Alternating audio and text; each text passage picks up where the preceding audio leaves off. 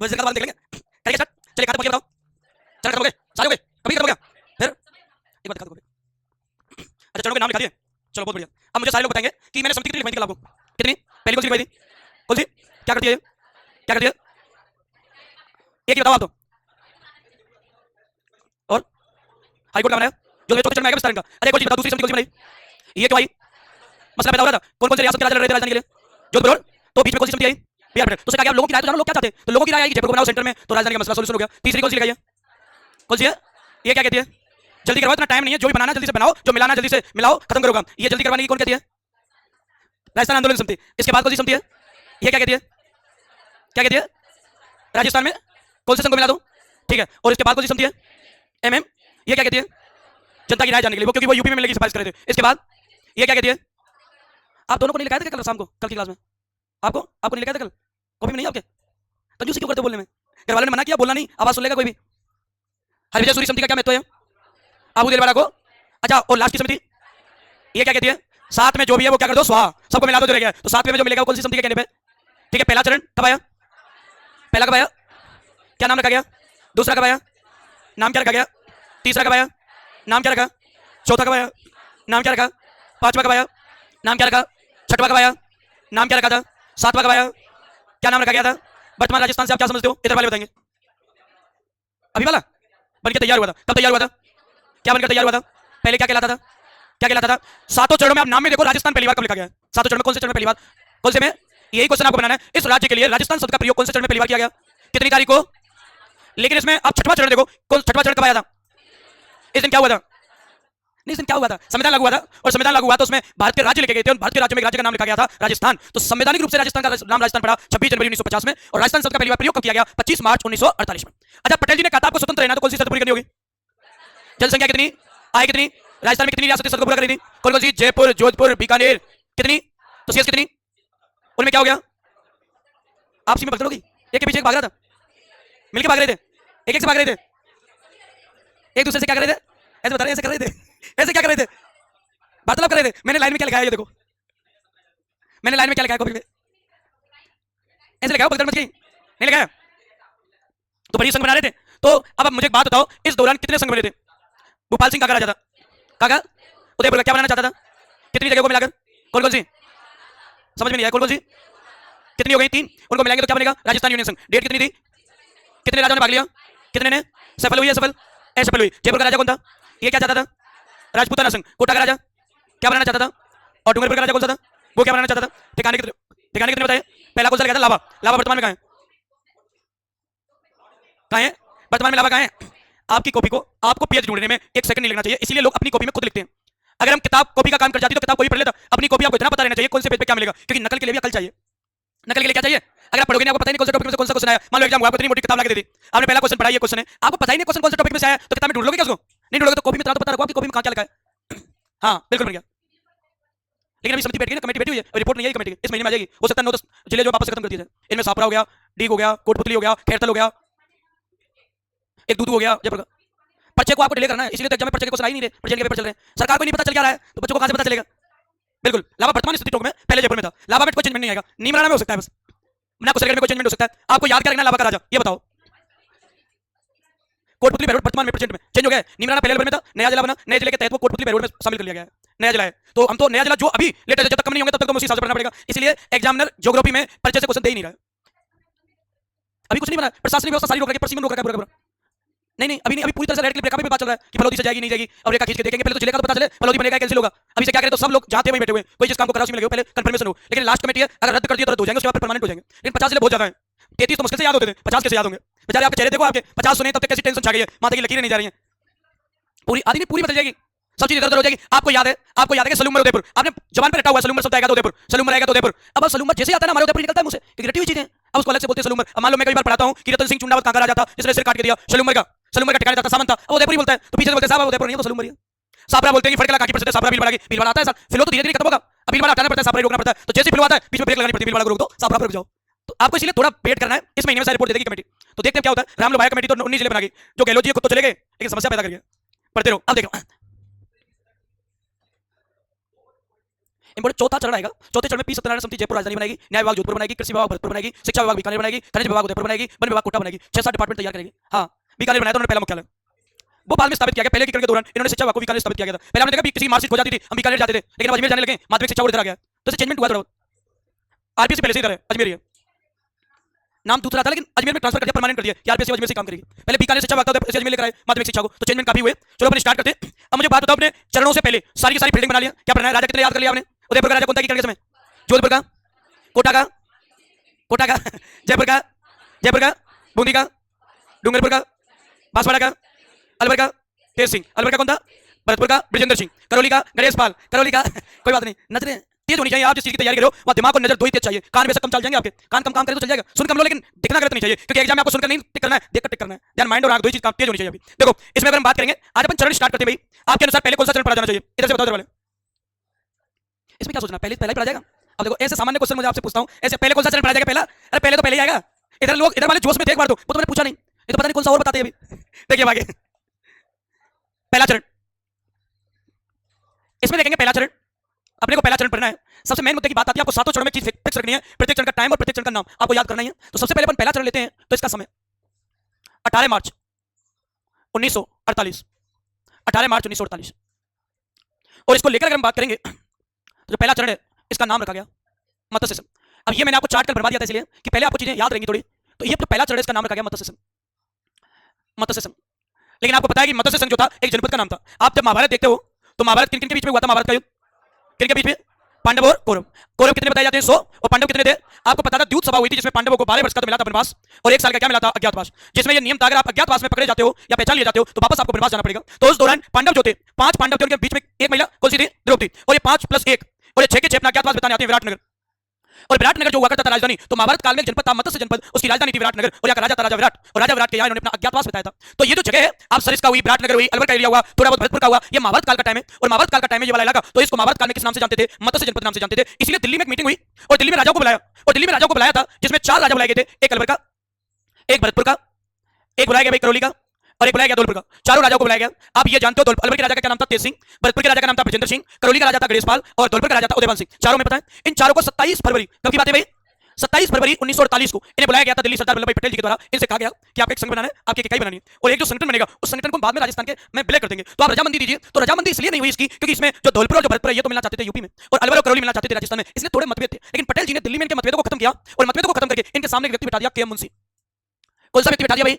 उनसे कहा गया ये 4 रियासतें, इनका एक संघ बनाना है, इनका एक बायोडाटा तैयार करना है, एक संगठन बनाने की इकाई बनानी है। तो के मुंशी से पूछा गया 27 फरवरी को जब राजा मिले हुए थे या बैठे हुए थे मीटिंग में कि हमें चारों रियासतों को मिलाकर एक संघ बनाना है, क्या आप एग्री हो? तो इसमें भरतपुर करौली धौलपुर के राजा ने थोड़ा इधर उधर की बातें की, लेकिन ये भी मान गए कि आप इकाई बना लीजिए। अगर कोई मसला पैदा होगा, क्योंकि मेव जाति रहती थी भरतपुर अलवर में, और मेव जाति ने विद्रोह कर रखा था, और मेव जाति अलग से एक प्रांत की मांग कर रही थी मेवस्थान की, जिसके कारण ये बताते हैं भरतपुर अलवर में तो वैसे ही कलह चल रही थी, और ये राजा इसको दमन करने में पहले प्रारंभ में जो प्रयास थे उनमें विफल हुए। अब आप कहोगे जो मेवस्थान है वो मेवस्थान की मांग क्यों कर रहे थे? क्योंकि जाति कौन सी थी भाई? मेव। मेव जाति कौन सी थी? मुगलों का एक क्रूर राजा हुआ है औरंगजेब। औरंगजेब जब गद्दी पर बैठा था पहली बार मुगल वंश की में, तो गद्दी पर बैठकर उसने उद्देश्य बनाया था दारुल हर्ब को दारुल इस्लाम बनाना, यानी भारत में हिंदुओं के क्षेत्र को इस्लाम का क्षेत्र बनाना। तो उसने सारे हिंदुओं को घोषणा की सारे लोग इस्लाम ग्रहण कर लें, लेकिन किसी ने ग्रहण नहीं किया। तो औरंगजेब ने जबरदस्ती हिंदुओं को पकड़ पकड़ के इस्लाम स्वीकार करवाया। तो वे लोग जो जाति से हिंदू थे लेकिन जबरदस्ती इस्लाम स्वीकार करवाया, उन लोगों को क्या नाम दे दिया गया बीच में? मेव जाति। और मेव जाति का सर्वाधिक जो इलाका है वो है अलवर।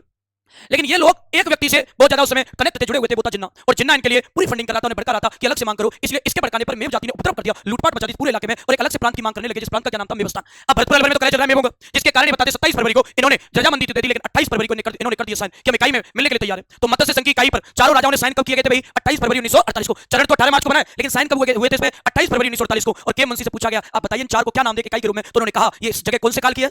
अरे कौन से काल की है? यहाँ कौन आए थे और उस समय क्या कहते थे? यहाँ कौन सा राजधानी कौन सी थी और कौन सा राजा था जिसके यहाँ कहाँ रहे थे? कौन रहे थे भाई? पांडव। इसलिए उसके नाम पर इसको नाम क्या दे दो? मत्स्य। इसलिए नाम किसके द्वारा दिया गया है?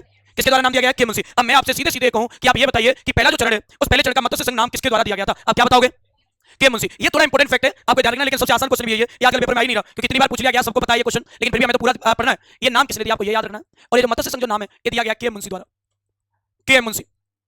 और के मुंशी की फुल फॉर्म की बात करें तो के से बनता है कन्हैयालाल, कन्हैयालाल।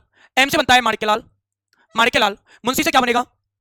मुंशी तो खुद बना हुआ है, मुंशी रहेगा तो पूरा नाम क्या होगा? कन्हैयालाल माणिक्यलाल मुंशी। तो इन्होंने नाम दिया। अब यहां से प्रक्रिया क्या आएगी? मुझे सारे लोग ये बताओ आपको कितनी डेट दिख रही है इसकी? कब आया था ये? लेकिन विधानसभा पोर्टल इसकी 17 मार्च डेट मानती है। विधानसभा पोर्टल के अनुसार इसकी डेट कितनी है? 17 मार्च। लेकिन हीरालाल शास्त्री और बीपी मेनन ने दोनों ने इसका तथ्य दिया है, और दोनों के अकॉर्डिंग इसकी राइट डेट कितनी मानी गई है? 18 मार्च 1948। तो दो चीज इसके समय को लेकर आती है भाई। आपसे पूछा जाए समय को लेकर, तब ध्यान रखना हीरालाल शास्त्री हीरालाल शास्त्री और बीपी मेनन के अनुसार, क्योंकि बीपी मेनन तो पूरे के पूरे पैटर्न में साथ था भाई, पटेल जी का सचिव कौन था, बीपी मेनन, तो उसे तो सारा बायोडाटा पता था। तो हीरालाल शास्त्री और बीपी मेनन के अनुसार 18 मार्च 1948, जबकि विधानसभा पोर्टल जो है, विधानसभा पोर्टल के अनुसार 17 मार्च 1948 माना गया है। मान लो 18 मार्च ऑप्शन में नहीं है तो हमारा सेकंड ऑप्शन आंसर के लिए क्या जाएगा, 17 मार्च। तो विधानसभा पोर्टल के अनुसार 17 मार्च 1948 को चरण बना, 1948 को चरण बना। तो अपन ये कह सकते हैं जो चरण बनाए भाई ये हीरालाल शास्त्री और बीपी मेनन ने कंफर्म करके 18 मार्च बताया, जबकि विधानसभा पोर्टल कहती है ये इस पहले चरण का जो टाइमिंग है वो 17 मार्च 1948 है। आपके अनुसार पहले चरण में क्या क्या मिलेगा, क्या क्या मिलेंगे अपन देखो, यहाँ अपने को रियासत मिलानी है, मैंने आपको कल बताया था राजस्थान निर्माण के लिए कुल कितनी रियासतें दी गई हमें, 19, 3 क्या दिया गया ठिकाने, एक क्या दिया गया केंद्र शासित प्रदेश। अब मैं आपसे कहूँ क्या क्या मिलाया जाएगा तो आप एक चीज ध्यान रखोगे, यहाँ मिलाया गया तो यहाँ मिलाई गई थी 4 तो मिलाई गई थी रियासत, या 4 तो मिलाएंगे भाई रियासत, और एक मिलाएंगे ठिकाना, और एक मिलाएंगे ठिकाना, और 4 और 1 कितने हो जाएंगे भाई 5। यानी इस चरण में हमें 5 चीजों को मिक्स करना है। अब इसको याद करते हैं तो ट्रिक भी यूज करते हैं, इंग्लिश वर्णमाला पढ़ी है कभी आपने, एबीसीडी, तो पहले 4 वर्ण आप उठा लीजिए और इनमें से ए प्लस वी प्लस सी और प्लस डी ऐसे करके। आपको पता हो तो अंग्रेजों ने हमसे जबरदस्ती इस परिणाम पे थोपा था और हमें जबरदस्ती बताया गया कि अंग्रेजी श्रेष्ठ है, आपको अंग्रेजी पढ़नी चाहिए, आपको हिंदी नहीं पढ़नी चाहिए। हमारे लोगों ने बार बार कहा कि हमारी हिंदी श्रेष्ठ है, हिंदी पढ़नी है, अंग्रेजी हम नहीं पढ़ सकते, लेकिन अंग्रेजों ने जब जबरदस्ती हमसे की तो हमने मना किया, उसका विरोध किया, तो अंग्रेजों ने हमारे सामने तथ्य लाकर दिया, आपको अंग्रेजी इसलिए पढ़नी है क्योंकि अंग्रेजी श्रेष्ठ है। अगर आप चाहते हो कि हिंदी पढ़े तो आपको ऐसा तथ्य लाकर दो कि हिंदी बेस्ट है, अंग्रेजी से ज्यादा बेस्ट है। पहले में इतना दिमाग नहीं लगाते थे, फिर हमने दिमाग लगाना स्टार्ट किया कि हम एक ना एक दिन सिद्ध करके रहेंगे कि हिंदी बेस्ट है, अंग्रेजी बेस्ट नहीं है। फिर हमने शोध किया और शोध के तहत हम 2 चीजों पे पहुंचे। हमने अंग्रेजों से कहा आप किसी बच्चे को पढ़ाना स्टार्ट करते हो तो आपकी वर्णमाला की स्टार्टिंग होती है ए से और वर्णमाला कहां खत्म होती है भाई जेड पे। हमारी हिंदी वर्णमाला किससे स्टार्ट होती है ए से और कहां खत्म होती है गे पे। अंग्रेजों ने कहा ये तो हमें पता है, आप बताइए हिंदी कैसे श्रेष्ठ है, तुमने शोध करके बताया और हमने कहा कि आपकी वर्णमाला आप एक बच्चे को जब बुलाते हो स्कूल में तो उसे ए से बताते हो एप्पल और जेड से पढ़ाते हो जेब्रा यानी एक जानवर।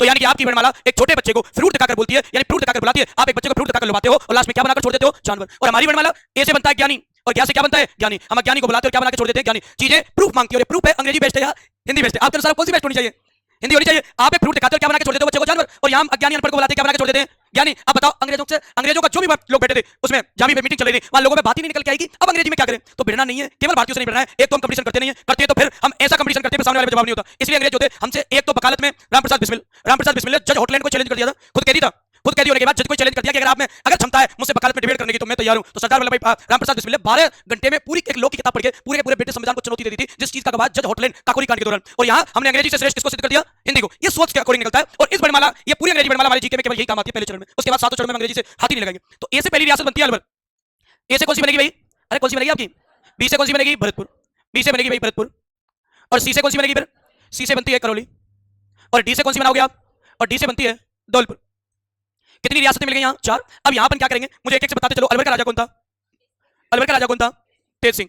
मैं आपसे कहूँ भरतपुर का राजा कौन था, भरतपुर का राजा कौन था भाई विजेंद्र सिंह, विजेंद्र सिंह भरतपुर का राजा था। फिर मैं आपसे कहूँ करौली का राजा बताओ, करौली का कौन था भाई गणेश पाल। धौलपुर का कौन था, धौलपुर का कौन था उदयभान सिंह। तो धौलपुर का राजा अपन पढ़ते हैं उदयभान सिंह, उदयभान सिंह।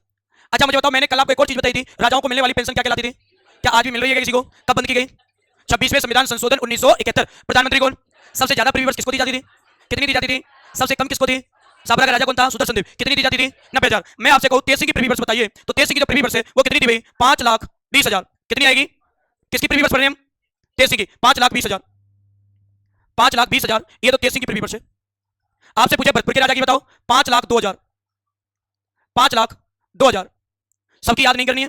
धौलपुर की 2,64,000, 2,64,000। ऐसे करके अपने को 3 रियासतों की प्रीवियर्स याद कर सकते हैं। सबकी इंपोर्टेंट है कोटा, बूंदी, बांसवाड़ा, डूंगरपुर, छापरा, जयपुर, इसका जोधपुर, रघुनाथ सिंह जैसलमेर का, शार्दुल सिंह, भूपाल सिंह, तेज सिंह, विजेंद्र सिंह, धौलपुर का उदयभान सिंह। लगभग 8-10 राजा जो हैं उनकी प्रीवियर्स अपन याद करके चलेंगे साथ में, क्योंकि कोटा वाले की पूछ ली गई है 7 लाख, कोटा के भीम सिंह की पूछी गई प्रीवियर्स है 7 लाख। तो ऐसे करके अपन चीजों को साथ ही साथ कवर करते चलेंगे एक एक चरण वाइज। तो मुझे बताओ हम चरण कौन सा पढ़ रहे हैं भाई, कब आया था ये 18 मार्च 1900, किसने मोहर लगाई कि 18 मार्च को आया था, किसने कहा था ये, हीरालाल शास्त्री और बीपी मेनन। जबकि विधानसभा पोर्टल क्या बताती है कितनी रियासत मिलानी है शरण में, कितने ठिकाने मिलाने हैं, कुल कितनी चीजें मिलेंगी। ट्रिक क्या पढ़ेंगे, ए बी सी डी, ए से, बी से, सी से, डी से, अलवर का, भरतपुर का, करौली का, धौलपुर का, तेज सिंह की, विजेंद्र सिंह की, उदयभान सिंह की। एक बार इसको बनाओ आप। गणेश पाल की 1,05,000 लेकिन इंपोर्टेंट नहीं इसलिए नहीं लिखा, 8-10 की याद करेंगे वो रटाएंगे, 8-10 राजाओं के। क्या हुआ, ये 5,02,000 विजेंद्र सिंह की, 2 पे रह गया बेचारा, 18,000 कम रह गई। अच्छा मुझे एक बात बताओ, मत्स्य संघ के लिए इनके राजाओं ने कब साइन किया पत्र पर, एकीकरण यानी मत्स्य संघ के पत्र पर कब साइन किया, दो डेट आएंगी, एक 10 मई और एक 28 फरवरी। 10 मई 1949 जब ये मत्स्य संघ को मिलाया गया था राजस्थान में, और एक मत्स्य संघ के गठन के लिए सहमति के लिए हस्ताक्षर किए थे 28 फरवरी को। तो एक पांचवें चरण में डेट लगाऊंगा, एक यहां लिखेंगे। ये बन गया, ये बताओ चल सकते हैं क्या आगे? तो ये ध्यान रखनी है, सबसे इंपॉर्टेंट है। अलवर का राजा तेज सिंह, जिसकी पृथ्वी वर्ष कितनी है भाई? 5,20,000। भरतपुर के राजा की कितनी है? 5,02,000। सारे लोग मुझे बताएंगे, इधर वालों को नहीं बोलना है, इधर वालों को बोलना है। 30 जनवरी 1948 को क्या हुआ था भारत में? 30 जनवरी 1948 को भारत में क्या हुआ? इधर वाले नहीं बोलेंगे, इधर वाले बोलेंगे। गांधी जी की और कोई कंफर्म है? इधर वाले बताओ, 30 जनवरी 1948 को भारत में कौन सा कांड हुआ था? बिल्कुल, वेरी गुड। 30 जनवरी 1948 को गांधी जी की हुई थी मृत्यु। किसने गोली मारी थी? नाथूराम गोडसे। साथ में एक व्यक्ति और था परचूरे। कितने लोग हैं? आपको एक ही व्यक्ति का पता है, लेकिन एक और व्यक्ति याद रखेंगे, साथ में एक और था परचूरे। अब मैं जो बता रहा हूं वो ध्यान रखो आप। महात्मा गांधी जी, आप जानते हो, समय भारत का सर्वोच्च जो व्यक्ति थे, इन्हें राष्ट्रपिता का दर्जा मिला भाई। और महात्मा गांधी जी जो थे, महात्मा गांधी जी को गोली मारी गई थी 30 जनवरी 1948 को। और जब इन्हें गोली मारी गई, जिस व्यक्ति के द्वारा गोली मारी गई, वो व्यक्ति कौन था भाई? नाथूराम गोडसे। नाथूराम गोडसे। लेकिन ये बताते हैं कैद कर लिया गया था मृत्यु के बाद। लेकिन जब गोडसे जी को गिरफ्तार कर लिया गया तो इन पर बिठाई गई थी सीबीआई जांच कि इनके तार किस किस व्यक्ति से जुड़े हुए हैं। और तब सीबीआई जांच में पता चला कि जब नाथूराम गोडसे गांधी जी को मारने गए थे, उससे जस्ट पहले वो राजस्थान आए और किसके पास आए थे? अलवर के राजा तेज सिंह के पास। किसके पास आए थे? तो सीबीआई जांच में एक और व्यक्ति को उठाया गया, वो कौन है? अलवर का राजा तेज सिंह। अब मेरे को गांधी जी की हत्या कब हुई भाई? अरे देख के बता दो, किसकी मृत्यु हुई? किसकी मृत्यु हुई? अच्छा, किसके द्वारा गोली मारी गई? इनको मारने से पहले किससे मिलने गए? तेज सिंह से। किस रियासत में गए? कुछ विशेष लोग बताते हैं कि जो पिस्टल मंगाई गई थी नाथूराम गोडसे द्वारा, वो इटली से मंगाई थी, इटालियन पिस्टल थे। उसको मंगाकर देने वाले भी व्यक्ति कौन थे? तेज सिंह। तो सीबीआई जांच में एक नया नाम निकल के कौन सा आया? तेज सिंह। तेज सिंह के प्रधानमंत्री थे नारायण भास्कर खरे, जिन्हें मैं शॉर्ट में लिख सकता हूं एनवी खरे। इन दोनों को कैद करके दिल्ली की जेल में नजरबंद कर दिया। और गांधी जी की मृत्यु हुई तो गांधी जी जिस दिन मरे, उस दिन को कांग्रेस सरकार ने इन गांधी जी को शहीद का दर्जा दे दिया। और इस दिवस को, यानी 30 जनवरी को, प्रति वर्ष भारत में कौन सा दिवस मनाया जाता है? शहीद दिवस। अब मुझे सारे लोग ये बताएंगे, जब आप शहीद किसको मानते हो? बाहर से आके कोई आपको मार जाए, अपने देश का कोई मार दे? तो नाथूराम गोडसे बाहर से आए थे क्या? यही कहते। अब मुझे एक और चीज बताओ, अगर 30 जनवरी शहीद दिवस है, तो 23 मार्च को क्या मनाएंगे? 23 मार्च 1931 को लाहौर सेंट्रल जेल में 3 लोगों को फांसी पर लटकाया गया था, भगत सिंह, सुखदेव और राजगुरु। क्या उसको शहीद दिवस नहीं मना सकते? अगर जनता से पूछा जाए, आपका अगर मत लिया जाए, तो आपके मत के अनुसार शहीद दिवस 30 जनवरी को मनाया जाना चाहिए, 23 मार्च को? ये चीज कंफर्म है, हर कोई ये चाहता है 23 मार्च को मनाया जाए, लेकिन कांग्रेस सरकार ने कब मनाने की घोषणा की है? 30 जनवरी को। सबसे बड़ी बात है, मुझे एक बात बताओ, भगत सिंह जी का जन्म हुआ था 1908 में, मृत्यु कब हो गई? 1931। कितने साल के मर गए? 23 साल के। अब तुम गांधी जी का देखो, 1948 में मृत्यु हुई, 1869 में जन्म हुआ, इनकी एज थी 79। इतनी उम्र में मरने के बाद भी शहीद?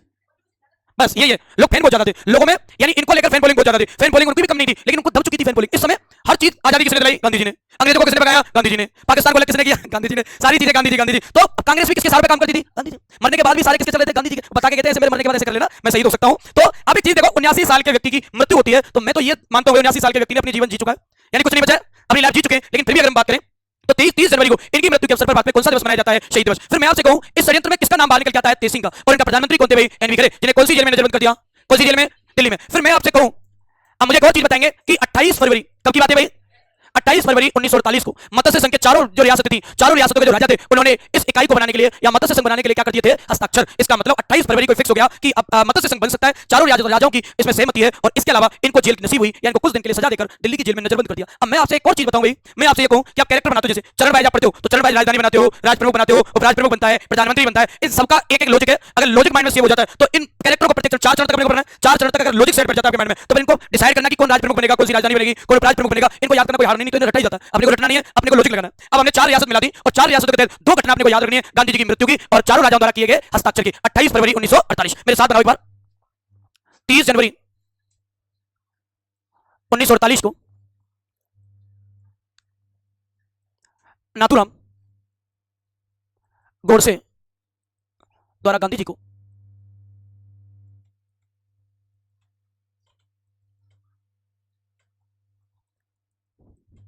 गोली मार दी गई।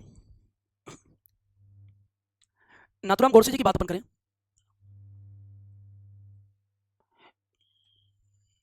यह गांधी जी की हत्या से पहले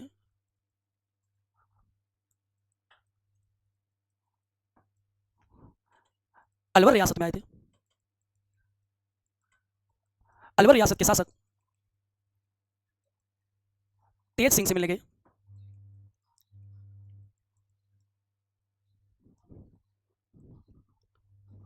तो अपन ये कह सकते हैं सीधे सीधे, गांधी जी की हत्या के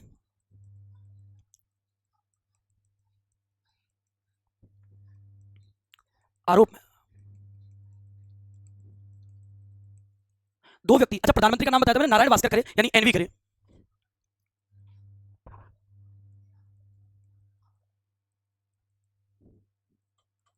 तेज सिंह, और इनके प्रधानमंत्री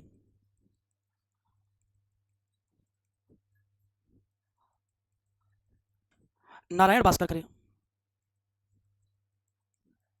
इन दोनों को इसमें गिरफ्तार किया गया था। अब सारे लोग मुझे बताओ, मत्स्य संघ के निर्माण के लिए चारों राजाओं ने साइन कब किए? 28 फरवरी को पटेल जी के समक्ष दिल्ली में 28 फरवरी 1948 को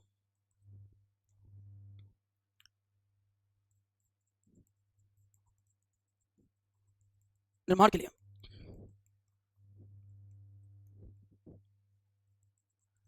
चारों शासकों ने हस्ताक्षर किए।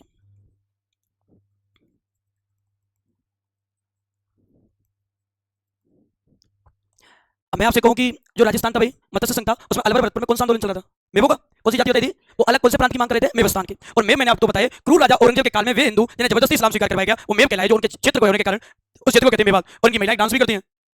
सुना आपने कभी? नहीं सुना? रणबाजा, रतबई, इनकी महिलाएं डांस करती हैं। इनका नृत्य फेमस है मेव जाति का, रणबाजा, रतबई। और एक फेमस नृत्य है इनकी महिलाओं का खारी। ये सुना है क्या? बताओ। ये देखो एक बार, खारी नृत्य का नाम सुना है? सुना है ना खारी? क्या है खारी? खारी नृत्य मेव जाति की महिलाएं करती हैं। महिलाएं नहीं करती, लड़कियां करती हैं। और कब करती हैं पता है? जब कोई शादी हो रही हो, और शादी के अवसर पर जब बधू की विदाई का समय आता है ना, विदाई का समय आता है ना बधू का, तो बधू की विदाई के समय जब उसे गाड़ी तक ले जाते हैं बिठाने के लिए, आप जाइए टाइम हो चुका है, उस समय बधू की फ्रेंड जो होती हैं गांव की, स्कूल की, कॉलेज की, जो महिला मित्र होती हैं, लड़कियां होती हैं उसकी, गांव में क्या कहते हैं महिला मित्रों को? लड़कियों को सहेली। तो जो लड़कियां होती हैं, जो उसकी मित्र होती है, फ्रेंड होती हैं, वो आती हैं और इसकी विदाई के जश्न मौके पर वो इसका सामान एक संदूक में पैक करती हैं। और संदूक, उस पैक संदूक को जिसमें सारा सामान है, आज सब कुछ इसको दे देंगे, परमानेंट बेच रहे हैं, तो संदूक लेकर आती है और संदूक को सिर पर रख लेती है, पूरा सामान रख के, और संदूक को सिर पर रख के जहां तक गाड़ी खड़ी है उस महिला के साथ, उस बधू के साथ डांस करती हो जाती है विदाई के लिए कि आप जल्दी जाइए, आप जाएंगे तो ही हमारा नंबर आएगा, आप नहीं जाएंगे तो हमारा नंबर कैसे आएगा? तो विवाह के अवसर पर बधू की विदाई के समय उसकी फ्रेंडों द्वारा सिर पर सामान का जो बक्सा है, संदूक रखकर जो किया जाता है, खाली नृत्य जो मेव जाति की लड़कियों द्वारा किया जाता है, बड़ा फेमस डांस है भैया। और भरतपुर अलवर में जो मेव जाति का उपद्रव मचा रखा था, उसके कारण वो कौन से प्रांत की मांग कर रहे थे? मेवस्तान की। ऐसे बताते इंटरनली उन्हें जिन्ना द्वारा सपोर्ट किया जा रहा था, भड़काया जा रहा था कि आप इधर आ जाइए, लेकिन आप विरोध नहीं करोगे तब तक आपकी कोई सुनेगा नहीं, तब विद्रोह कर दीजिए, तो उन्हें मदद भी की जा रही थी। ऐसे बताया जाता है। तो बात करें अलवर भरतपुर में, अलवर भरतपुर में द्वारा विद्रोह किया जा रहा था और इनकी मांग पृथक मेवस्तान, इनकी मांग थी। लेकिन बाद में भरतपुर अलवर के राजा ने मिलकर इनका दमन किया था, पूरी तरह से खत्म कर दिया था, जिससे ये आंदोलन दब चुका था। उसके बाद किसी ने आवाज ही नहीं उठाई।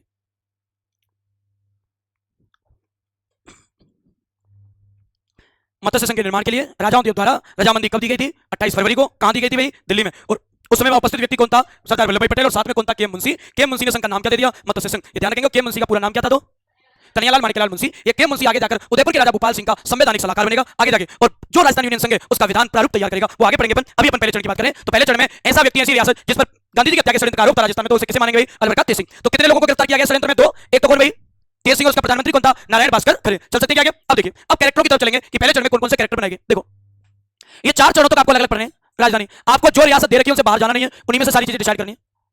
राजधानी के बाद राज प्रमुख, राज प्रमुख के बाद उपराज प्रमुख,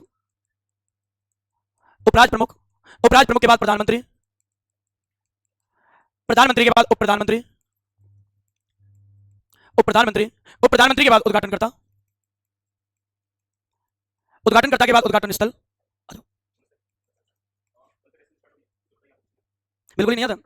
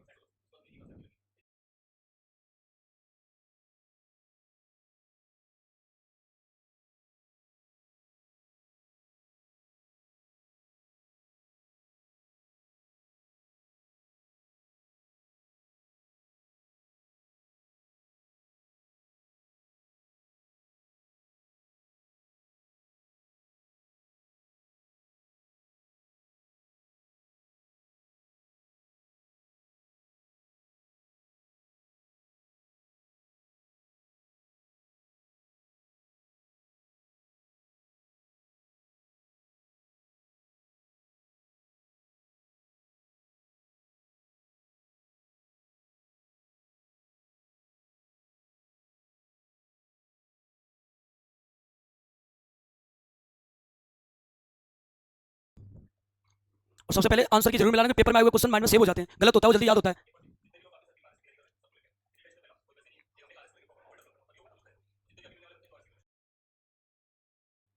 करें स्टार्ट, चलिए। कौन सा चरण पढ़ रहे हैं? पहला नहीं पहला, हाँ पहला नहीं पहला, तो तो इस चरण को अपन पढ़ रहे हैं। आज मैं कैरेक्टर बनाने अपने को, उद्घाटन करता, उद्घाटन स्थल, इसके बाद आता है भाई इसका कुल क्षेत्रफल। अच्छा आपको पता है स्वतंत्र रहने के लिए कौन सी शर्त रखी गई थी रियासतों के लिए?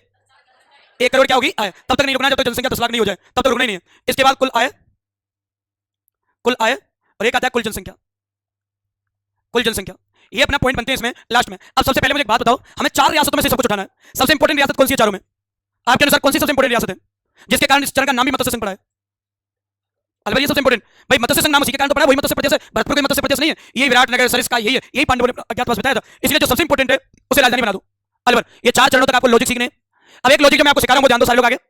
जिसे हम राजधानी बनाएंगे उस राजधानी का जो राजा होगा वही हमेशा इस पद पर बैठता है, राज प्रमुख। ये लॉजिक याद रखना, राजधानी जिसको बनाएंगे उसके राजा को हमेशा क्या बनाते हैं? राज प्रमुख। लेकिन पहला चरण इसका अपवाद है। पहला चरण क्या है इसका? अपवाद। क्यों है आपको पता है क्या? क्योंकि ये तो कौन सी जेल में है? अरे कौन सी जेल में कहते हैं? तो क्या अपराधी को थोड़ी बनाएंगे? अब मुझे एक बात बताओ, मैं राज प्रमुख बनाना है, मैंने आपको लॉजिक बताया, जिसे राजधानी बनाते हैं उसके राजा को राज प्रमुख बनाते हैं। तो राजधानी तो हमारी अलवर है, अलवर के राजा को बनाया जाना चाहिए, लेकिन अलवर का राजा तो दोषी है उस समय, अपराधी की श्रेणी में, इसलिए नहीं बना सकते। दूसरी इंपॉर्टेंट जगह कौन सी है? तो फिर भरतपुर के राजा को बनाओ। लेकिन आपको ये भी ध्यान देना चाहिए, आप ये नहीं कि आप प्रमुख हो, आप में योग्यता भी तो होनी चाहिए। भरतपुर का राजा अल्पायु था, एज कम थी, एज पूरी कर ही नहीं पा रहा था, योग्यता ही नहीं सिद्ध हो रही थी। इसका मतलब ना तो ये बनेगा ना ये बनेगा। अब शेष कितनी रियासत रहेगी बताओ, कौन कौन सी? तीसरी इंपॉर्टेंट रियासत थी धौलपुर, और धौलपुर का राजा कौन था? इसे कहा गया साहब आपको ये पद संभालना है क्योंकि आप ये बच्चे हो, इसलिए पहला चरण इसका अपवाद है लॉजिक का। तो पहले चरण का राज प्रमुख बनेगा उदयवान सिंह। मैं आपसे उदयवान सिंह कहां का राजा था? तो धौलपुर का, मैंने आपको पहले लिखवा रखा है। चलिए उपराज प्रमुख। अब एक राजा शेष बच गया, आपको बताओ तो कहां का राजा शेष बच गया? कौन सा राजा है? वो कहता है साहब मुझे भी ले लो, कहीं कोई पद खाली हो तो गणेश पाल को भी उठा लो, गणेश पाल को बना दिया उपराज प्रमुख।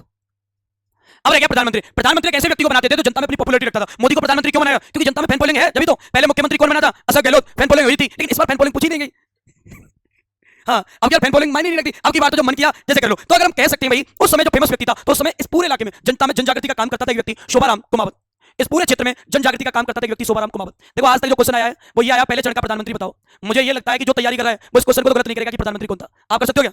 नहीं करता। पहले चरण का प्रधानमंत्री कौन था? शोभाराम कुमावत। लेकिन जितना आपको पता उतना क्वेश्चन में लिखा हुआ गया कि पहले चरण का मत्स्य संघ का प्रधानमंत्री शोभाराम कुमावत था। इतना ही तुम्हें आता है? ये लाइन तो पूरी आती है। वो मूलतः कहां के निवासी थे? आपको क्या पूछ लिया, आपकी बात चेंज करके, निवासी कहां के थे, मूलतः कहां के थे। इसका मतलब जितना तुम्हें पता उतना तो क्वेश्चन में लिखा गया। तुम्हें तो यही पता था कि प्रधानमंत्री कौन बनाया गया था? शोभाराम कुमावत। लेकिन आगे आपने छोड़ दिया, यही तो चीज याद रखनी है। शोभाराम कुमावत मूलतः निवासी कहां के थे? तो शोभाराम कुमावत मूलतः जो निवासी थे वो थे अलवर के। ये मूल निवासी थे भाई अलवर के। तो शोभाराम कुमावत अलवर के निवासी थे, अलवर के। ये आप ध्यान रखोगे। उप प्रधानमंत्री, अब देखो ये चीज, प्रधानमंत्री इसको बना दिया गया, उप प्रधानमंत्री बनाया गया था जुगल किशोर चतुर्वेदी को, जुगल किशोर चतुर्वेदी। अब आप कहोगे ये कहां का था? तो ये था भरतपुर का। और आप एक चीज ध्यान रखोगे, राजस्थान में भारत के नेताओं की फोटोकॉपी मिलती है, इसलिए जुगल किशोर चतुर्वेदी को कहते हैं राजस्थान का नेहरू। क्या कहते हैं? तो राजस्थान का नेहरू किसे कहेंगे? जुगल किशोर चतुर्वेदी। राजस्थान का गांधी भी है, राजस्थान का मंगल पांडे भी है, राजस्थान का जतिन दास भी है, राजस्थान का चंद्रशेखर आजाद भी है, राजस्थान का सरदार वल्लभ भाई पटेल भी है, राजस्थान का लौह पुरुष भी है, सारे हमारे पास, सबकी फोटोकॉपी है। तो अगर हम बात करें जुगल किशोर चतुर्वेदी की, तो आपसे पूछा जाए ये मूल निवासी कहां के थे? तो भरतपुर के। लेकिन इनका जो उपनाम है वो वेरी इंपॉर्टेंट है, इन्हें कहते हैं राजस्थान का नेहरू। इन्हें एक उपनाम दिया जाता है राजस्थान का नेहरू, राजस्थान का नेहरू,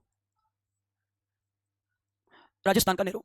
ये आप ध्यान रखेंगे, राजस्थान का नेहरू हम किसको कहते हैं? जुगल किशोर चतुर्वेदी को, जो कहां के थे भाई? भरतपुर के। अब क्या मुझे बता सकते हो फीता कौन काटेगा, उद्घाटन करता कौन है? कल मैं कुछ याद करवा के गया था कि आपको गोडगिल, गोडगिल, चाचा, पटेल। आपको उद्घाटन करता 4 चरणों तो याद करने, कितने चरणों तो याद करने? 4 चरणों का उद्घाटन करता है। उनके ट्रिक है गोडगिल, गोडगिल, चाचा, पटेल। यानी पहले का गोडगिल, दूसरे का गोडगिल, तीसरे का चाचा, चाचा कौन है? नेहरू। और चौथे का पटेल, पटेल कौन है? सरदार वल्लभ भाई पटेल। तो पहले का गोडगिल यानी एनवी गोडगिल, एनवी गोडगिल। इस एनवी गोडगिल का पूरा नाम है नरहरि विष्णु गोडगिल, नरहरि विष्णु गोडगिल, नरहरि विष्णु गोडगिल। ये आप ध्यान रखोगे, ये पूरा एजेंडा बन जाता है। अच्छा फीता कहां काटा जाएगा? दो लॉजिक आप सुनो, जिसको राजधानी बनाते हैं उसका राजा क्या बनता है? राजप्रमुख। और दूसरा लॉजिक है, जिसको राजधानी बनाते हैं वही उद्घाटन होता है, वही फीता करता है। तो इसका मतलब उद्घाटन कहां होना चाहिए? राजधानी में। तो राजधानी कहां है? पहला चरण इसका अपवाद है, क्योंकि वहां व्यवस्था कौन करता है? राजा। राजा तो कहां है? नजरबंद जेल में। तो व्यवस्था संभालेगा कौन? टेंट कौन लगवाएगा? भंडारा कौन करेगा? हलवाई कौन लेकर आएगा? तो इसलिए जो उद्घाटन है वो चेंज करके भरतपुर के लोहागढ़ दुर्ग में इसका फीता काटा गया। तो एक चीज ध्यान रखेंगे, अपवाद पहला चरण है, पहले चरण में उद्घाटन जो था वो राजधानी में ना होकर लोहागढ़ दुर्ग भरतपुर में हुआ था। तो ये चीज ध्यान रखोगे आप, लोहागढ़ दुर्ग भरतपुर में, इसका फीता लोहागढ़ में कटा, लोहागढ़ भरतपुर। ये आप ध्यान रखोगे। कुल क्षेत्रफल की लेकर अगर हम बात करें, तो कुल क्षेत्रफल को लेकर बात करते हैं, तो इस पहले चरण का कुल क्षेत्रफल था 12,000 वर्ग किलोमीटर। और हमें शर्त क्या पूरी करनी है? 10 लाख जनसंख्या हो, 1 करोड़ आय हो। अब उस शर्त की तरफ चलो। कुल आय थी 184 लाख, कुल आय थी 184 लाख रुपए, यानी 1 करोड़ 84 लाख। हमें मांगी कितनी गई थी शर्त में? 1 करोड़। और कुल जनसंख्या हमसे कितनी मांगी गई थी? 10 लाख। या जनसंख्या थी 18,38,000, 18.38 लाख। ये पहले चरण का बायोडाटा है जो अपने को पढ़ना है। एक बार इसको कैरेक्टर को बनाएंगे, ये इंपॉर्टेंट है थोड़े।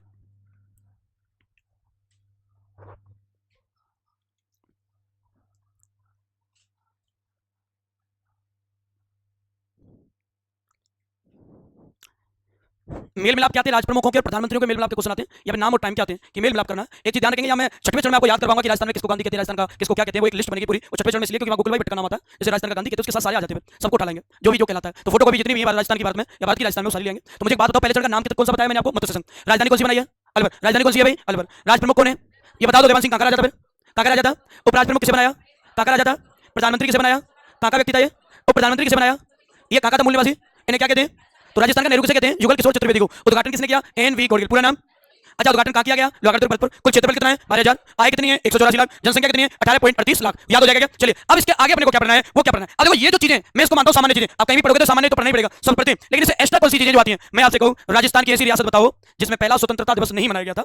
राजस्थान की ऐसी रियासत जिसमें पहला स्वतंत्रता दिवस नहीं मनाया गया। पहले तो ये बता दो पहला स्वतंत्रता दिवस कब मनाया गया? कौन सी रियासत में नहीं मनाया गया?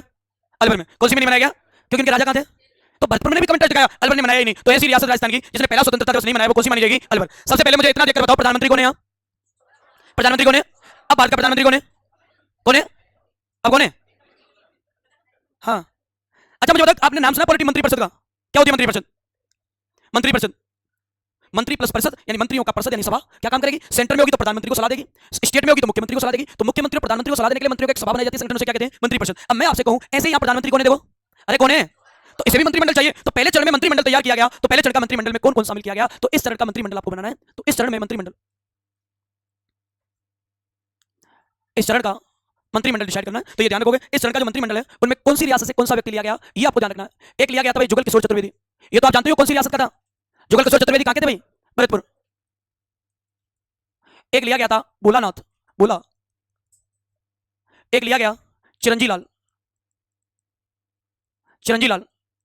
एक लिया गया मंगल सिंह, मंगल सिंह। ये नाम आपको दिख रहे हैं, ये मंत्रिमंडल है। एक एक रियासत से एक एक व्यक्ति आपको उठाना है। मैं आपसे कहूं कि भरतपुर से कौन सा लिया गया था? तो भरतपुर से लिया गया था जुगल किशोर चतुर्वेदी। आपसे कहूं भोलानाथ कहां से लिया गया? अलवर से। मैं आपसे कहूं चिरंजी लाल कहां से लिया गया? करौली से। और फिर मैं आपसे कहूं मंगल सिंह कहां से लिया गया? धौलपुर से। क्या चारों रियासतों का एक सदस्य आ गया क्या? देख लीजिए एक बार। तो मंत्रिमंडल बनाया गया, इस मंत्रिमंडल में 4 सदस्य लिए, भरतपुर से जुगल किशोर चतुर्वेदी, भोलानाथ अलवर से, करौली से चिरंजी लाल और धौलपुर से किसको लिया गया? मंगल सिंह को। यहां जाके हमारा पहला चरण कंप्लीट होता है। अब जाके तो पहले चरण में खूब सारा बायोडाटा है जो मैं याद करना है। ये जो पॉइंट मैंने आपको मंत्रिमंडल करके आया वेरी वेरी इंपॉर्टेंट। आजकल मंत्रिमंडल से क्वेश्चन उठाए जा रहे हैं कि पहले चरण के मंत्रिमंडल में कौन कौन थे जिन्हें शामिल किया गया था। तो ये ध्यान रखोगे। भरतपुर से कौन आया था भाई? जुगल किशोर चतुर्वेदी। जुगल किशोर चतुर्वेदी का नाम बताओ। राजस्थान का नेहरू। अलवर से कौन आया? भोलानाथ। करौली से कौन आया? चिरंजी लाल। धौलपुर से कौन आया? याद रहेगा क्या? चरण कब आया था? पहला कब आया था? इस डेट को कितने व्यक्तियों ने कंफर्म किया? 4 लोगों ने, 2 लोगों ने। किस किसने? बीपी मेनन और हीरालाल शास्त्री। विधानसभा पोर्टल कितनी डेट बता दिया? 17 मार्च 1948। अच्छा कितनी रियासत में लगी थी पूरी? 4। कौन कौन सी? करौली और धौलपुर। इसका मतलब ये हो गया भाई कि इन जगहों को मिलाया गया। क्या आपको पता है अलवर के अधीन ठिकाना भी आता था? नीमराणा। कौन सा ठिकाना आता था? नीमराणा। और नीमराणा को पहले चरण में मिलाया गया क्योंकि मैंने आपको साफ साफ लिखवाया कि नीमराणा पहले का में आता था अलवर में, अब कहा आता है कोटपुतली बेरोड में। हम पहले की बात करें तो एक ठिकाना भी मिलेगा इसमें नीमराणा। नीमराणा का राजा बता सकते हो क्या आप? राजेंद्र सिंह। कौन सा है भाई? राव राजेंद्र सिंह। ऐसे करके हमारा पहला चरण कंप्लीट होता है। अब इसमें एक शब्द भी नहीं बचता, एक पॉइंट भी नहीं बचता है, एक पॉइंट भी नहीं बचता है जिसमें हम लिख सकें। सारी की सारी चीजें आ चुकी हैं। आपको आय याद रखनी, रीट में आय पूछ ली गई है कि पहले चरण की आय कितनी थी, तो कितनी थी बताओ? 184 लाख। कितनी थी? और इसका क्षेत्रफल भी पूछा गया कितना था? 12,000। जनसंख्या कितनी थी? 18.38 लाख। राजधानी कौन सी है? अलवर। राजधानी में क्या लॉजिक लगाओगे? राज प्रमुख में राजधानी का राजा हमेशा क्या बनता था? लेकिन पहला चरण क्या है इसका? अपवाद। पहला चरण क्या है इसका? अपवाद। चलिए क्या आ गया? अब बन चुका सबका। तो ठिकाना और इसमें कौन सा ठिकाना मिलेगा भाई? नीमराणा। और राजा कौन था नीमराणा का? उसमें राव राजेंद्र सिंह। अब अपन आगे चल सकते हैं सेकंड चरण की तरफ। बन गया ना सबका? लिखना है? हो गया सबका? चलिए आगे। अब मुझे एक बात बताओ, मंत्रिमंडल में कितने लोग शामिल किए गए? 4। मुझे बताएंगे सारे लोग भरतपुर से कैसे बुलाया? अलवर से, करौली से, धौलपुर से। इसके बाद हम पलायन कर जाते हैं सेकंड चरण की तरफ। पहले चरण के बाद हमेशा कौन सा चरण आएगा? सेकंड चरण। द्वितीय, ये कौन सी भाषा? देखो इसे देखेंगे, ये तो दूसरी लैंग्वेज है। देखिए दूसरे चरण की बात करें समय की, हाँ 1948, इतने धीरे, 25 मार्च 1948। इस चरण का अगर हम बात करें तो नाम रखा गया था भाई पूर्व राजस्थान संघ। इसका नाम रखा गया पूर्व राजस्थान संघ। ये आप ध्यान रखोगे, इसका जो नाम रखा गया वो रखा गया था पूर्व राजस्थान संघ। ये 2 स्टेप आप ध्यान रखोगे, प्रत्येक चरण का नाम और प्रत्येक चरण का टाइम। अभी ध्यान रखो, सेकंड चरण आया 25 मार्च 1948 को, नाम क्या रखा गया भाई? पूर्व राजस्थान संघ। अब हमें सबसे ज्यादा इसमें रियासत मिलानी है और इस चरण में हम एक लाइन बिल्कुल इंपॉर्टेंट जोड़ सकते हैं। इस चरण में, इस चरण में, इस राज्य के लिए, इस चरण में इस राज्य के लिए सर्वप्रथम राजस्थान शब्द का प्रयोग किया गया। सर्वप्रथम राजस्थान शब्द का प्रयोग किया, राजस्थान शब्द का प्रयोग किया। यह विशेष इंपॉर्टेंट बात है कि राजस्थान के लिए राजस्थान शब्द पहली बार कौन से चरण में यूज किया गया था भाई? सेकंड चरण में। सबसे बड़ी बात है इस चरण को जब पढ़ते हैं ना, इस चरण को पढ़ने में इसलिए महाभारत में सबसे ज्यादा रियासत याद करनी है। तो 9 तो मिलाएंगे अपन रियासत और 1 मिलाएंगे इधर ठिकाना। अब कैसे याद करेंगे? देखो, इसको याद कैसे करते हैं नौ रियासतों को, तो एक ट्रिक यूज करते हैं। उसमें आप ध्यान रखना, इस समय सबसे ज्यादा कौन सी प्रजाति जो पॉपुलर चल रही है? कौन सी प्रजाति पॉपुलर चल रही है? बाबू। बाबू, और बाबू नहीं मिले तो क्या पड़ती है? झाड़ू। बाबू में तो क्या पड़ती है? झाड़ू। और झाड़ू टूटेगी तो आवाज क्या आएगी? आवाज उठाएंगे की को। और जब कोई पिटता है तो पड़ोसी कैसे बजा लेते हैं? प्रसाद आ गया, प्रसाटो। ये अपना एक ट्रिक बन जाती है। ट्रिक का नाम क्या होगा? बाबू, झाड़ू, की को, प्रसाटो। अब इसका ऑपरेशन करने लगे हम इन शब्दों का। बाबू में जब झाड़ू मारी तो बाके बाबू में से क्या निकल के भाग गया? देखो, बांसवाड़ा। क्या निकल के भागे से? बांसवाड़ा। बू से क्या बनेगा? बूंदी। बूंदी। बूंदी के बाद अगर हम बात करें, झाड़ू टूटेगी तो क्या निकल के भागेगा? झालावाड़। झालावाड़। डू से क्या बनेगा भाई? डूंगरपुर। की को में अगर हम बात करें तो की से बनेगा किशनगढ़। और को से क्या बनेगा? कोटा। कोटा। प्रे से क्या बनेगा? प्रतापगढ़। शे से बनेगा शापरा। और लास्ट में टोक। अगर मैंने आपसे कहा था कि 9 रियासत अपने को मिलानी है, तो अगर अपन काउंट करें तो पहली कौन सी है भाई? बांसवाड़ा। दूसरी कौन सी है? बूंदी। तीसरी कौन सी है? झालावाड़। चौथी कौन सी है? डूंगरपुर। पांचवी कौन सी है? किशनगढ़। छठवीं कौन सी है? कोटा। सातवीं कौन सी है? प्रतापगढ़। आठवीं कौन सी है? शापरा। नौवीं कौन सी है? टोंक। एक बार बनाओ इसको, इसको खत्म कर देते मसाले को। इसमें सबके राजा याद नहीं करने आपको। बांसवाड़ा का चंद्रवीर सिंह।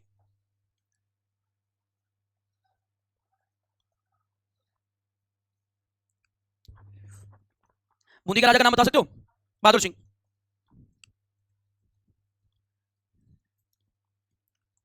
झालावाड़ छोड़ दीजिए, डूंगरपुर ले लीजिए, लक्ष्मण सिंह।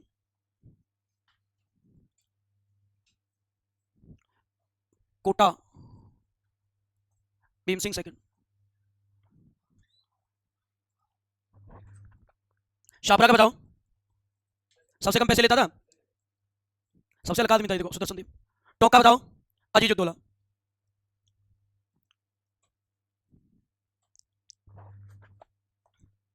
मैंने आपको बताया था प्रीवियस कोटा के राजा की याद करनी है। 7 लाख। कितनी पढ़ोगे? 7 लाख। सुदर्शन देव की बता सकते हो क्या? 90 लाख या हजार? 90,000। बूंदी के राजा की 2,81,000। और डूंगरपुर के लक्ष्मण की 1,98,000। ये पहला का पहला परफॉर्मा तैयार हो गया पूरा स्टार्टिंग का।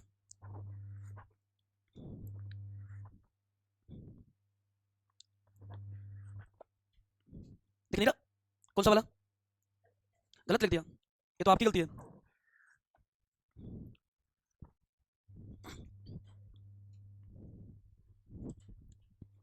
दो चीजें याद करनी है। सबसे पहले राजस्थान शब्द का प्रयोग कौन से चरण में किया गया है?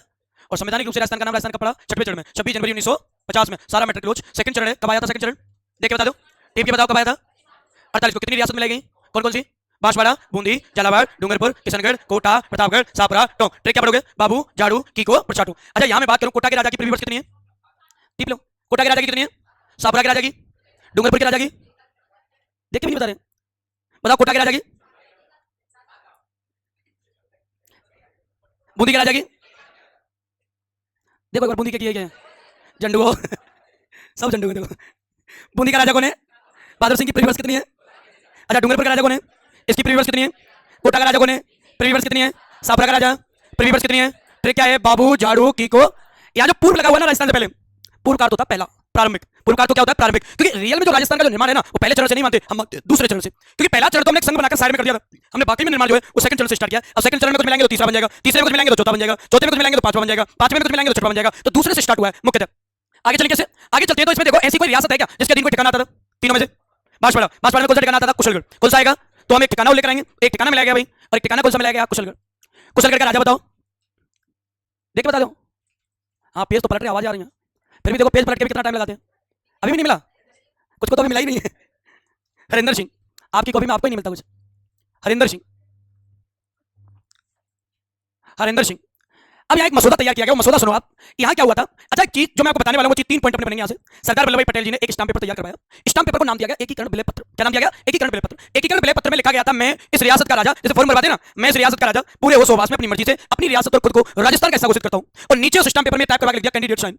कैंडिडेट साइन का अर्थ है यहाँ सारे राजाओं को भिजवा दिया गया कि राजा इस पर साइन करें, और साइन करके राजस्थान का खुद को हिस्सा घोषित करें। तो सारे राजाओं को पहुंचा दिया गया। ये तय था, अगर इस एकीकरण के विलय पत्र पर साइन हो जाते हैं तो होने के बाद राजा नाम मात्र के राजा रह जाएंगे, सारी शक्ति सेंटर के अधीन चली जाएगी। और राजा बिना अधिकार के नाम मात्र के राजा रहेंगे तो राजाओं की कोई प्रतिष्ठा नहीं है, कोई वो वाला महत्व नहीं है। तो राजाओं को इस एकीकरण पर साइन करने का बिल्कुल मूड नहीं था। वो चाहते थे पूरे अधिकार की तरह स्वतंत्र रहे जैसे पहले रहते आ रहे। लेकिन ये बताते हैं सरदार वल्लभ भाई पटेल जी ने उनके लिए कोई ऑप्शन ही नहीं छोड़ा, कोई रास्ता ही नहीं छोड़ा। अब साइन करनी है तो बांसवाड़ा का राजा देख के बताओ क्या लिखा हुआ है?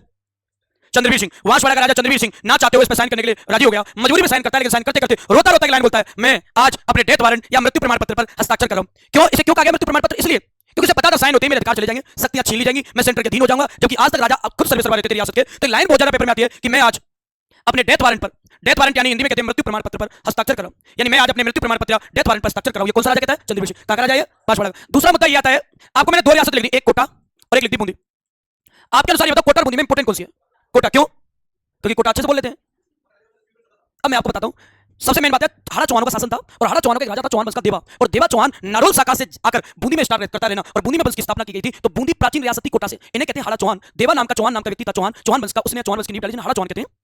पहले पूरा इलाका बूंदी रियासत के अधीन आता था, लेकिन 1631 में शाहजहां के काल में बूंदी से अलग एक जिला निकाला गया, रियासत निकाली गई थी कोटा। तो बड़ा भाई कौन हुआ? बूंदी। बूंदी से निकाल गई तो कोटा बनाया गया, और कोटा कब बनाया गया? 1631 में। अब मुझे बताओ पुराना कौन सा है? बूंदी। तो बूंदी से निकल के कौन बनाया? कोटा। तो साथ ज्यादा मैं तो किसका होना चाहिए? पुरानी रियासत कौन सी है? बूंदी। तो बूंदी के राजाओं के अधीन काके राजा होने चाहिए, लेकिन कोटा ने धीरे धीरे अपना वर्चस्व प्राप्त कर लिया और दोनों में कंपटीशन हो गया पूरी तरह से, और धीरे धीरे बूंदी का महत्व कम होता जा रहा था, कोटा का बढ़ता जा रहा था, और आते आते चरण आ गया दूसरा एकीकरण के दौरान। तो एकीकरण के दौरान ये रखा गया प्रस्ताव कि कोटा को हम राजधानी बनाएंगे, लेकिन बूंदी के राजा को इस चीज से समस्या थी। बूंदी के राजा को क्या समस्या थी? मैं अपने छोटे भाई के अधीन रहकर काम करूंगा, मैं कोटा के राजा के अधीन रहूंगा। आपको अगर पता है इतिहास अगर जानोगे तो कोटा से पहले बूंदी था, तो बूंदी के राजाओं के अधीन रहते हैं कोटा के राजा, छोटा भाई कोटा है। लेकिन आज पहली बार ऐसी सिचुएशन बन गई है कि बूंदी को कोटा के अधीन, बूंदी के राजा को कोटा के राजा के अधीन रहना पड़ेगा, जो मेरी प्रतिष्ठा के खिलाफ है, बूंदी के राजा की प्रतिष्ठा के खिलाफ है। तो क्या किया जाए इसका सॉल्यूशन? तो बूंदी के राजा ने तुरंत एक एप्लीकेशन लिख दी भोपाल सिंह को।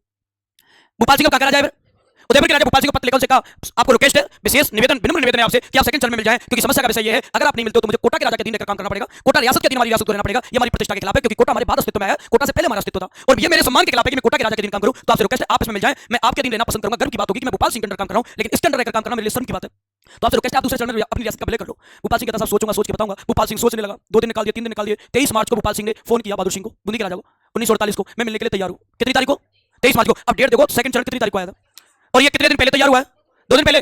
जब ये बहादुर सिंह को बताया, बहादुर सिंह ने पटेल जी को बताया कि उदयपुर भी मिलने के लिए राजी है, उदयपुर को भी मिला लो, लेकिन पटेल जी ने कहा 2 दिन पहले एडजस्टमेंट नहीं होगा, हमारी सारी चीजें फिक्स हो चुकी है, राजधानी, राजप्रयोग, फंक्शन, जहां प्रोग्राम होना, टेंट वेंट लगे, हलवाई आ गए, बत्तियां खुद गई, सारी चीज डिसाइड हो गई कहां क्या करना है। तो अचानक से चेंजमेंट कैसे होगा? 2 दिन पहले कुछ नहीं होगा, उसे तीसरे चरण के लिए कैंसिल कर दो, पेंडिंग में डाल दो। इसलिए उदयपुर को नहीं मिलाया गया, इसलिए बूंदी के राजा को ना चाहते हुए काके राजा के अधीन रहना पड़ा, काके राजा के अधीन। इसलिए राजधानी कौन सी बनाई गई? इसलिए मैंने एक और लॉजिक बताया था कि जिसे राजधानी बनाएंगे वहां का राजा क्या बनेगा? राजप्रयोग। तो कोटा का राजा क्या बनेगा? फिर कोटा के राजा का क्या नाम था? कितनी प्रीमियम लेता था? 7 लाख। कितनी लेता था? अब मेरे को एकीकरण के विलय पत्र पर साइन करते हुए चंद्रवीर सिंह ने कौन सी लाइन बोली? मैं आज अपने डेथ वारंट यानी मृत्यु प्रमाण पत्र पर क्या कर रहा हूं? और बूंदी के राजा ने मिलने के लिए किसको इन्विटेशन भेजा, और इसने जवाब कब दिया? टाइम बहुत निकल चुका था, इसलिए इसको पेंडिंग में स्वीकार कर दिया गया, अगले चरण के लिए पेंडिंग में डाल दिया गया। इसलिए बूंदी रियासत को किसके अधीन रहना पड़ा? कोटा के। तो ये जो लाइन है, ये वाली, ये थोड़ी इंपॉर्टेंट है, इसको नोट लगा के लिखेंगे आप, एक नोट लगा लो। बूंदी को इसलिए मैंने आपको ये बताया था कि कोटा अपनी यानी शक्ति अर्जित कर चुका था बूंदी से एक्स्ट्रा, तो महत्व हासिल कर चुका था, और जो बोलेगा, जो दिखेगा वही बिकेगा, ये था। तो बूंदी धीरे धीरे पतन पड़ता, धीरे धीरे उसका महत्व कम हो गया, तो कोटा ने सारी जगह ले ली थी उसकी। बिल्कुल उदयपुर बनता, क्योंकि मुख्य रियासत बनेगा, तीसरा चरण आएगा, उसमें उदयपुर बनेगा, उदयपुर बनेगा, उदयपुर से बढ़कर कोई है ही नहीं। लेकिन पी सत्यनारायण समिति ने उदयपुर की वजह तरजीह किसको दी? जयपुर को। इसलिए राजधानी कौन सी बनेगी? जयपुर। तो इसमें नोट पर लिखना, एकीकरण के विलय पत्र पर, एकीकरण के विलय पत्र पर हस्ताक्षर करते हुए, एकीकरण के विलय पत्र पर हस्ताक्षर करते हुए वांसवाड़ा के राजा चंद्रवीर सिंह ने, वांसवाड़ा के शासक चंद्रवीर सिंह ने कहा, चंद्रवीर सिंह ने कहा, इनवाइटेड को लिखना, मैं आज अपने डेथ वारंट, मैं आज अपने डेथ वारंट पब्लिक मृत्यु प्रमाण पत्र पर, मैं आज अपने डेथ वारंट पब्लिक मृत्यु प्रमाण पत्र पर हस्ताक्षर कर रहा हूं, पर हस्ताक्षर कर रहा हूं। अब आ जाती है शब्दावली, इनके कैरेक्टर, पद जो हैं,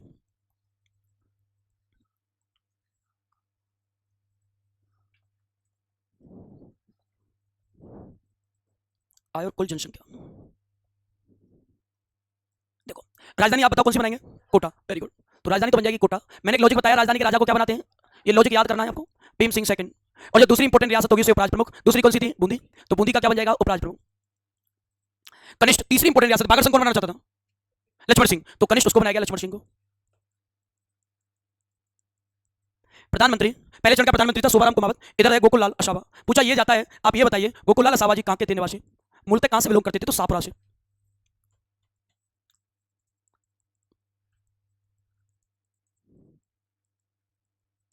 निवासी शाहपुरा। उद्घाटन क्या बता सकते हो? सेकंड चरण का उद्घाटन करता कौन था? गोडगिल, गोडगिल चाचा पटेल। तो गोडगिल ही जाएगा। उद्घाटन स्थल हमेशा पिता राजधानी में करता है, तो राजधानी कौन सी है? लेकिन दोनों का अपवाद कौन सा चरण है? पहला। ये कोटा किले में कुल क्षेत्रफल को लेकर अगर हम बात करेंगे तो इसका कुल क्षेत्रफल था 16,807 वर्ग किलोमीटर। कुल आय हो जाती है 2 करोड़ रुपए, और कुल जनसंख्या हो जाती है 23.5 लाख। जनसंख्या होती है 23.5 लाख।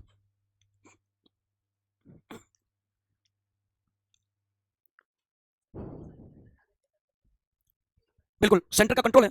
तो जो गृह मंत्री बनाए गए थे वो सरदार वल्लभ भाई पटेल, उन्होंने फिर राज्यों का गठन किया था इनको जोड़ तोड़कर। तो राजस्थान भारत में कुल 14 राज्य गठित हुए थे, उनके नेतृत्व जाके भारत बना। फिर बढ़ते गए, आज कितने पे पहुंच गए, स्कोर 28 पे।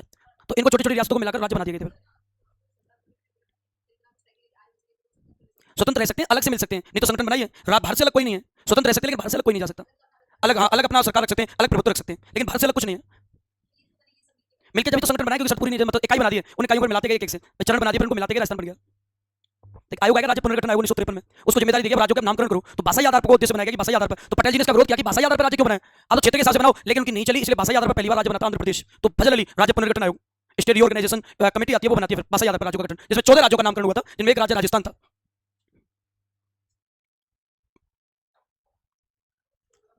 नहीं, वो प्रधानमंत्री पहले का ही बनेगा बस, उसके बाद प्रधानमंत्री का पद ही खत्म कर दिया। अब इसमें बढ़ते जाएंगे, वरिष्ठ बढ़ जाएगा, वरिष्ठ के बाद एक और बढ़ेगा, महाराज प्रमुख बढ़ेगा, 2 पद और बढ़ेंगे, वो चौथे चरण में बढ़ेंगे फिर। अच्छा बताओ, बूंदी के राजा ने किसको इन्विटेशन दिया था? भोपाल सिंह को क्यों दिया? क्योंकि वो किसके अधीन नहीं रहना चाहता था। तो उदयभान सिंह जो राजा था भोपाल सिंह, उसने क्या रिप्लाई दिया? कब रिप्लाई दिया था? कितने दिन पहले? तो 2 दिन पहले, कोई फायदा नहीं है, इसलिए कोटा के दिन किसको रहना पड़ा? बूंदी को। तो सेकंड चरण में अगर हम बात करें, ठिकाना कौन सा मिला है, राजधानी कौन सी बनाई गई है, राज प्रमुख कौन बनेगा, उपराज प्रमुख कौन बनेगा, कनिष्ठ कौन बनेगा, लक्ष्मण सिंह कहाँ का राजा था?